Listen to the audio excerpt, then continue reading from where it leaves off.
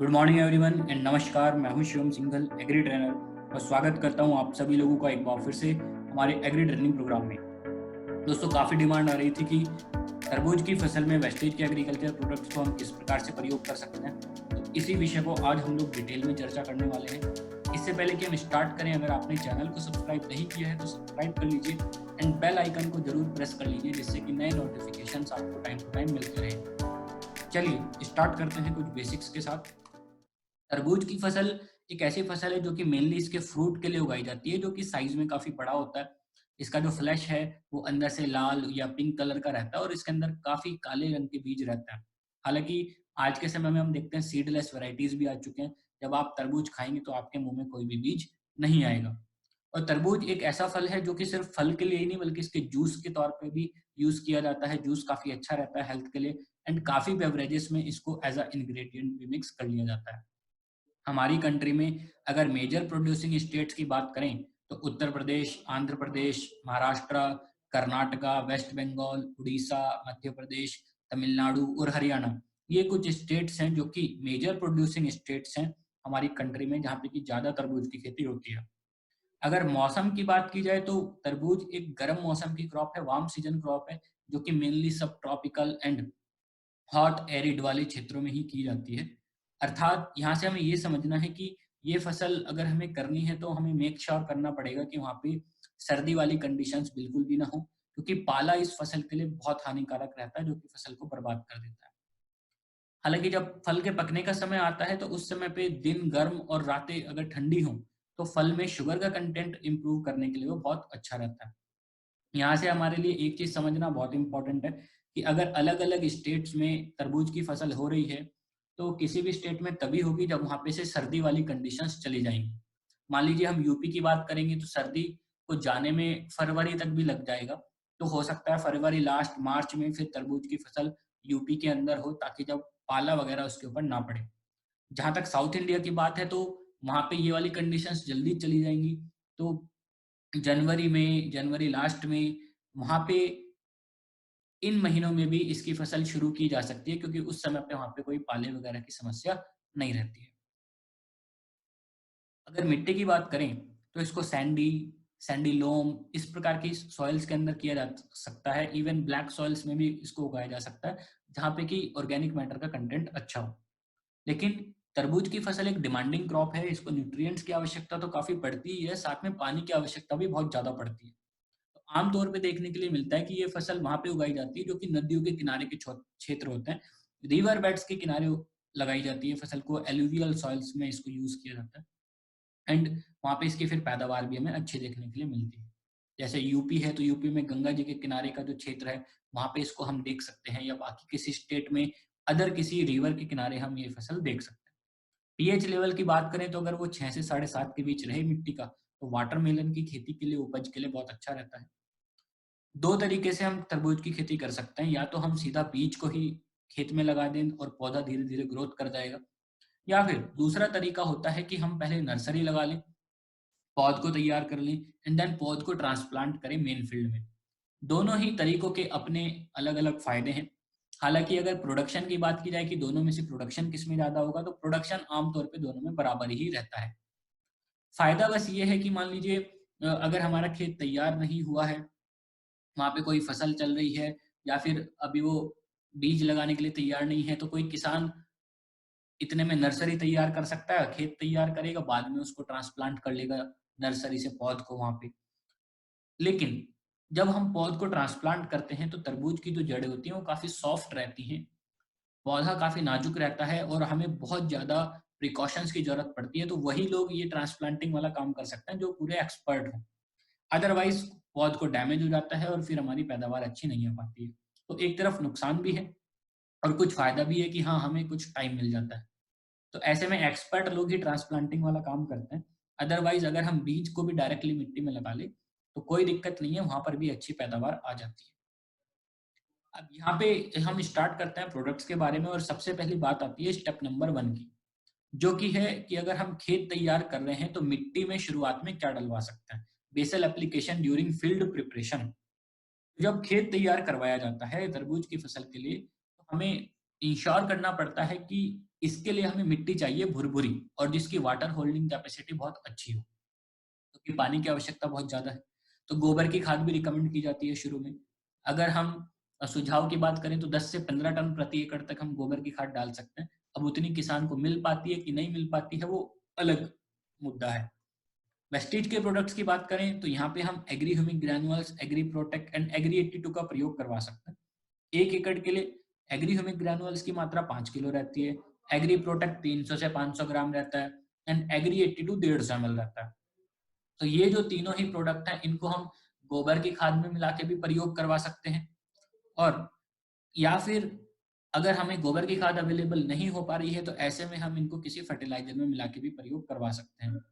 ये वाले product specially बहुत अच्छे रहते हैं जिससे कि हमारी मिट्टी जो है भुरभुरी बने।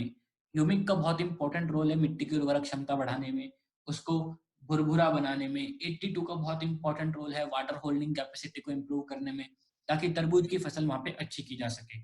एग्री प्रोटेक्ट का रोल होता है कि तरबूज की एक ऐसी फसल है जिसमें फफूंद की बीमारियां काफी आ जाती हैं आगे चल के। तो प्रोटेक्ट वो प्रोडक्ट है जो कि फसल को बीमारियों से बचाने का काम करेगा, चाहे फिर वो मिट्टी जनित रोग हो, चाहे फिर वो बीज जनित रोग हो। तो ये तीनों प्रोडक्ट्स का प्रयोग हम शुरू में करवा सकते हैं खेत को तैयार करते समय। खेत हमारा तैयार हो जाता है इन प्रोडक्ट्स को यूज करने के बाद, चाहे हमने इसको गोबर की खाद के साथ डाला हो, चाहे किसी अन्य फर्टिलाइजर के साथ डाला हो।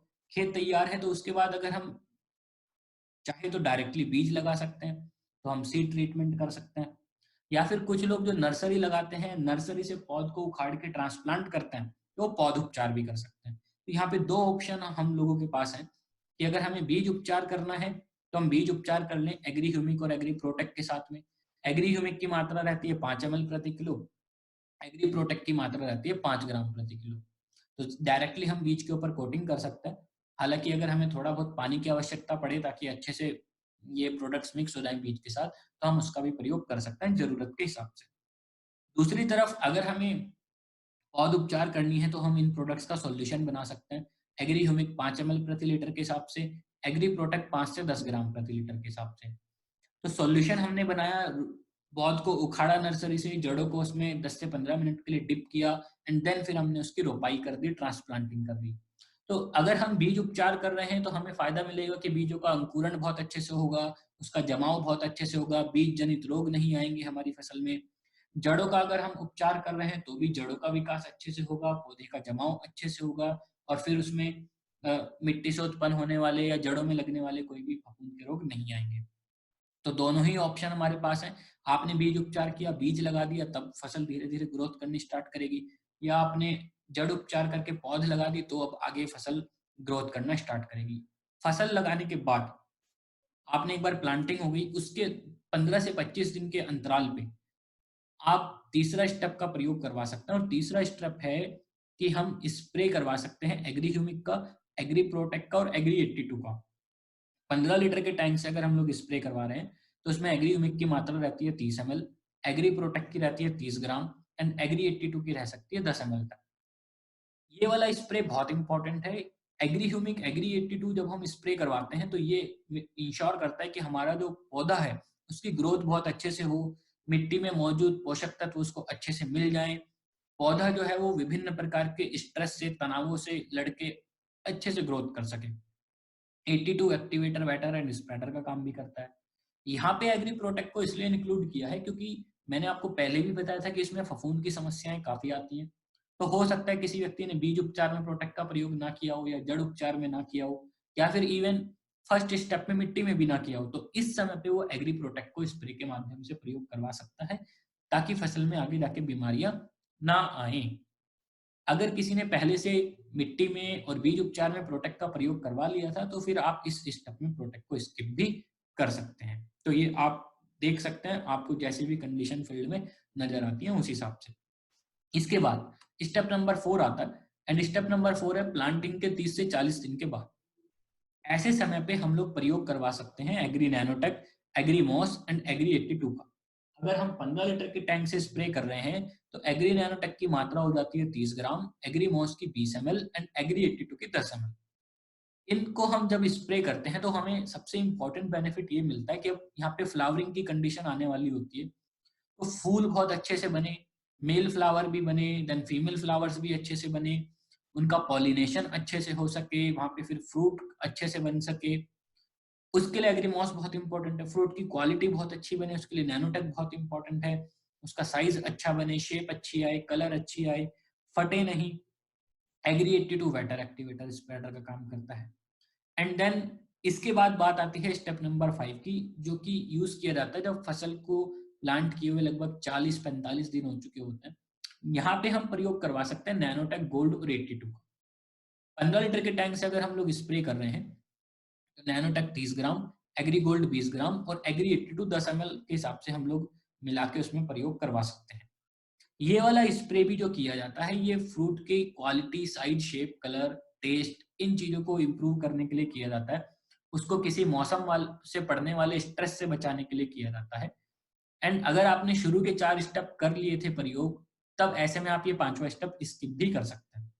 मान लीजिए कोई शुरू वाले स्टेप से स्टार्ट नहीं कर पाया था, कोई स्टेप नंबर 3 से स्टार्ट कर रहा है डायरेक्टली, तो फिर आप 3, 4, 5 वाले स्टेप्स भी कर सकते हैं। एटलीस्ट हम 3 से 4 स्टेप इन 5 में से जरूर करें, ताकि हमें फसलों में बहुत अच्छे रिजल्ट्स वहाँ पे देखने के लिए मिल सकें।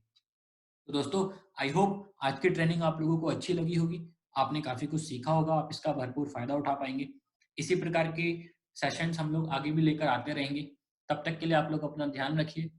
ऐसी ट्रेनिंग्स लेते रहिए। बहुत-बहुत धन्यवाद। Thank you very much and नमस्कार।